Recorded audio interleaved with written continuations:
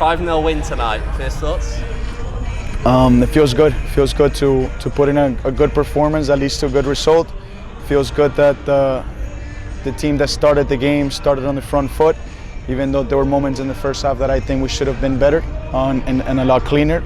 But then in the second half, I mean, the boys understood what it needed to get done in order to close up the game. And I just didn't like the team that started the game. I really liked that, and I enjoy watching the guys that came on the field. They were impactful right away. They were very influential in a lot of positive ways, and they contributed massively in order to be able to finish the game the way we did. So it was a full team performance from the guys that played, the guys that came from the bench, the guys that didn't dress today, word in the locker room before the game, word in the locker room at halftime. And this is what we want. We're one team, we're one family, we're going to need absolutely everyone. And tonight was a proof of that. So what do you think was the difference then between the first and the second half for your team? Well, I think being able to score in the first half and keep the zero helps, because then teams come over here and then they have to change behaviors. They have to open up a little bit more. They have to start chasing a bit more. Every time we can score first being at home, it helps to open up the game. You saw how low their block was in the first half. We keep talking about this, about trends when teams come over here. We also seen it when we go away, how teams are, in lower blocks. And today they were in that 4-4-2, very compacted. That is not easy, man. It's not easy to break down. I know all of you guys probably watch Premier League, and we watch them every weekend, and those lower blocks are very tricky. They're very tricky because you feel comfortable, you feel in possession, you're expanded, but one transition can just change everything. So it's the importance also of being able to keep the zero one more time. That's very encouraging.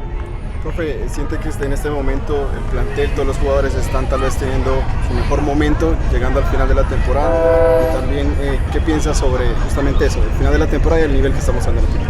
Sí, hablamos de final de la temporada porque sí, entramos en una recta en la cual quedan menos partidos, pero para nosotros ahora la próxima final es Indy el miércoles. Vamos a seguir llevando esto partido a partido. Lo importante es que tras cada partido el equipo siga viéndose mejor, se siga consolidando, se siga sintiendo fuerte, que los jugadores se sigan llenando de confianza. Y mira, los jugadores no me la están poniendo fácil, porque todos se entrenan bien, todos se exigen al máximo, y cuando les toca jugar están ejecutando muy bien. Entonces hacen mi trabajo de escoger el 11 inicial y los 18 bastante complicado, pero es lo que queríamos. Es lo que queríamos cuando armamos este equipo, y es lo importante de haber construido, de haber hecho un trabajo de muchos meses que los jugadores han sabido absorber, han entendido la responsabilidad que es venir acá y pelear en un camerino en el cual tienes 20 titulares. Entonces estoy contento por ellos, por sus familias, y espero que podamos seguir apretando para terminar bien. When you were scouting them, just from a general sense, what else did you see besides the low block from Detroit? It's a blue-collar team, and it's very athletic. You saw as soon as they were walking on the field in the national anthem, I'm looking at them, and they were all Manu size. It's a big team that is physical, that is direct, that is vertical, that it's not afraid of working hard and trying to wear teams out. And in every set piece or every delivery from a wide area, they're very dangerous. So this is a team that is going to give a hard time to whatever team that plays them, and I'm happy that tonight we're able to put together a good performance that allows the opportunity to win the game. I respect Trev so much, and I know that he's going to be able to push very hard, and I hope they make the playoffs, because I truly appreciate him and all the work that he's done since he arrived to Detroit, and I wish him all the best. Any update on Gabby? Not yet. It seems to be the same injury that he had before. We obviously are going to get an image, and the doctors are going to see him. Probably they're already taking a look at him right now in the locker room, and we hope that it's not as long as it was the first time.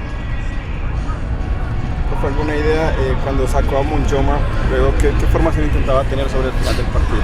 No, nos quedamos con la misma formación, pero de una manera muy ofensiva, porque terminamos con Gallardo y con Emil Cuello en ambas bandas. Me gustó si los equipos van a armar un bloque tan bajo, podemos nosotros también poner jugadores más ofensivos de cara a ataque. Entonces fue también una prueba y salió bien. Como te dije, mira, los jugadores no nos las están poniendo fácil. Podemos poner a Emil Cuello, ya ha jugado 4 o 5 posiciones y las ha hecho todas bien. Y hoy entra después de no haber estado con nosotros por un par de partidos y primeras 2 o 3 acciones, asistencia y sube, baja, defiende. Igual Gallardo tiene que entrar sin calentar en el primer tiempo a defender en una línea de 5 que no lo había hecho anteriormente y lo hizo muy bien. Entonces entra Formela, entra Fede, todos en verdad entraron bien, entra Harvey del banco también y lo hace muy bien. Y no solo eso, después se queda Dani Krusten, que es el último cambio que no podemos hacer y es el primero que está hablando en la banca y apoyando a sus compañeros, así que estoy muy contento por ellos. We saw Renzo pick up a yellow card there, obviously with him in suspension issues coming up, but given that the game was out of reach pretty much at that point, had any thought been given to maybe taking him out before that point? Who, Renzo? If you ask me, I think it's not that bad. I'd rather have Renzo out of competition for only 2 weeks because he's able to compete then next week. He's out for the next 2 games than if he picks up a yellow in the next 1 or 2 games and then he doesn't compete for 21 days because then that will be the next time that he's allowed to compete because he has to serve 2 games. So I think actually, listen, you always want to have Renzo, right? We always want to have him with us. He's an important piece for the squad, but also I'd rather him have out of competition only for 15 days. He's not going to lose that much amount of rhythm. Physically and mentally he can stay way more engaged. Yeah, Juan, el miércoles viene Indy 11 a Phoenix y regresa Salomon Asante, una leyenda del club. ¿Qué es lo que piensas acerca de eso y qué es la estrategia el miércoles contra ellos?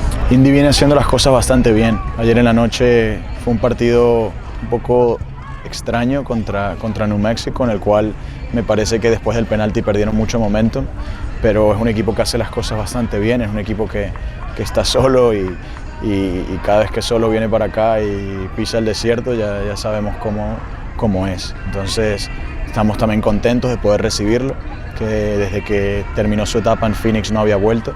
Entonces para nosotros es importante poder recibir a jugadores, a personas que han hecho las cosas bien con la institución y también poder dejarles saber que lo agradecidos que la institución está con ellos. Es parte de nuestra cultura, es quienes somos y estamos contentos de que va a venir. Pero también te puedo decir que queremos ganar y estamos preparados para lo que viene porque es una semana sumamente importante para nosotros.